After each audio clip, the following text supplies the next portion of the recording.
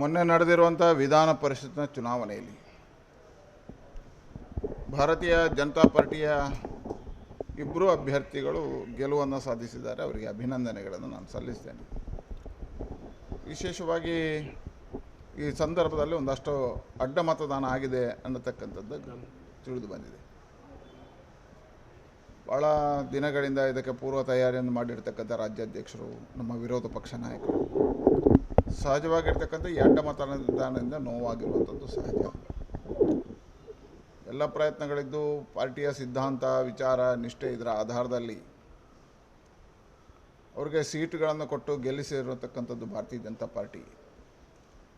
ಹಾಗಾಗಿ ಭಾರತೀಯ ಜನತಾ ಪಾರ್ಟಿಯ ನಿಷ್ಠೆಯನ್ನು ತೋರಿಸಬೇಕಾಗಿರ್ತಕ್ಕಂಥ ಶಾಸಕರು ಈ ರೀತಿಯ ಅಡ್ಡ ಮತದಾನ ಮಾಡಿರ್ತಕ್ಕಂಥದ್ದು ಸರಿಯಲ್ಲ ಮತ್ತು ಅದರ ಬಗ್ಗೆ ಅವರಿಗೆ ತನಿಖೆಗಳಾಗಿ ಶಿಕ್ಷೆ ಆಗಬೇಕು ಅನ್ನತಕ್ಕಂಥ ಒಂದು ಕಡೆ. ಅದೇ ನೋವು ನಮ್ಮ ರಾಜ್ಯಾಧ್ಯಕ್ಷರಿಗೆ ಇರ್ತಕ್ಕಂಥದ್ದು ಸಹಜ. ಆ ನೋವಿನಲ್ಲಿ ಧರ್ಮಸ್ಥಳದಲ್ಲಿ ಶಾಸಕಾಂಗ ಸಭೆ ಕರಿತೇನೆ ಮತ್ತು ಪ್ರಮಾಣ ಮಾಡಬೇಕು ಅನ್ನತಕ್ಕಂಥದ್ದು ಹೇಳಿರುವಂಥದ್ದು ನಾನು ಗಮನಿಸಿದ್ದೇನೆ. ಪಾರ್ಟಿ ನಡೀತಕ್ಕಂಥದ್ದು ವಿಶ್ವಾಸ ಮತ್ತು ನಂಬಿಕೆಯ ಆಧಾರದಲ್ಲಿ. ಅವರ ನೋವು ಸಹಜವಾಗಿರ್ತಕ್ಕಂಥದ್ದು. ಅದರಲ್ಲಿ ಅವರಲ್ಲಿ ವಿನಂತಿ ಮಾಡ್ತೇನೆ, ಇದನ್ನು ಆಂತರಿಕವಾಗಿರ್ತಕ್ಕಂಥ ತನಿಖೆಯನ್ನು ಮಾಡಿ. ಇದೆಲ್ಲವೂ ಬಹಿರಂಗ ಆಗತಕ್ಕಂಥ ವಿಷಯ ಅಲ್ಲ. ಖಂಡಿತವಾಗಿ ತಪ್ಪಿತಸ್ಥರು ಯಾರಿದ್ದಾರೆ ಅವರಿಗೆ ಶಿಕ್ಷೆ ಆಗಬೇಕು. ಅಂಥವ್ರನ್ನ ಹುಡುಕುವಂಥ ಶಕ್ತಿ ಭಾರತೀಯ ಜನತಾ ಪಾರ್ಟಿಗೆ ಇವತ್ತಿದೆ. ಹುಡುಕೋಣ, ಕೂತು ಚರ್ಚೆಗಳನ್ನು ಮಾಡೋಣ. ಮತ್ತು ಯಾರ್ಯಾರು ಈ ರೀತಿಯ ತಪ್ಪು ಹೆಜ್ಜೆಗಳನ್ನು ಇಟ್ಟಿದ್ದಾರಾ, ತಪ್ಪು ನಿರ್ಧಾರಗಳನ್ನು ಮಾಡಿದಾರಾ, ಪಾರ್ಟಿಗೆ ದ್ರೋಹ ಮಾಡಿದ್ದಾರೆ, ಅವರೆಲ್ಲರನ್ನ ಕಠಿಣವಾಗಿರ್ತಕ್ಕಂಥ ಶಿಕ್ಷೆಗೆ ಒಳಪಡಿಸ್ತಕ್ಕಂಥ ಕಾರ್ಯದಲ್ಲಿ ನಿಮ್ಮ ಜೊತೆ ನಾವಿದ್ದೇವೆ, ರಾಜ್ಯಾಧ್ಯಕ್ಷರ ಜೊತೆ ನಾವಿದ್ದೇವೆ.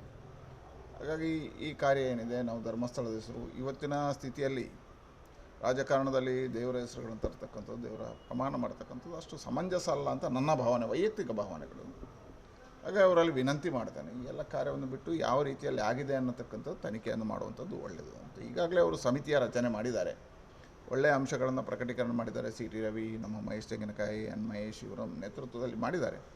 ಆ ತನಿಖೆ ಪೂರ್ಣ ಆಗಲಿ, ಆ ನಂತರ ಈ ರೀತಿಯ ಯೋಚನೆಗಳನ್ನು ಮಾಡಬೇಕು ಅಂತ ಹೇಳ್ತಕ್ಕಂಥ ವಿನಂತಿಯನ್ನು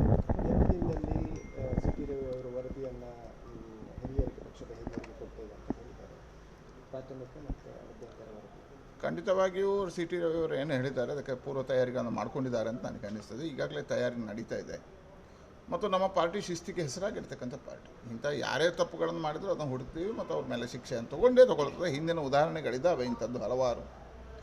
ಹಾಗಾಗಿ ಅದೇ ಒಳ್ಳೆಯದು ಅಂತ ನನಗೆ ಅನ್ನಿಸ್ತದೆ. ಒಂದು ವೇಳೆ ಈಗ ಈ ವಿಚಾರದಲ್ಲಿ ತನಿಖೆ ವಿಚಾರದಲ್ಲಿ ಆಗಬೇಕು, ಸಭೆ ಕರೆದ್ರೆ ನೀವು ಹೋಗ್ತೀವಿ? ಖಂಡಿತವಾಗಿ ನಾವು ಪಾರ್ಟಿ ಎಲ್ಲ ಕಾರ್ಯದಲ್ಲೂ ಭಾಗವಹಿಸಬೇಕಾಗಿರ್ತಕ್ಕಂಥ ನಮ್ಮ ಜವಾಬ್ದಾರಿ ಇದೆ. ಯಾವಾಗ ಪಾರ್ಟಿ ಅಪೇಕ್ಷೆ ಪಡ್ತದೋ ಆ ಸಂದರ್ಭದಲ್ಲೆಲ್ಲ ನಾವು ಭಾಗವಹಿಸ್ತೀವಿ. ನಾನು ಭಾಗವಹಿಸ್ತೇನೆ ಎಲ್ಲ ಕಾರ್ಯ.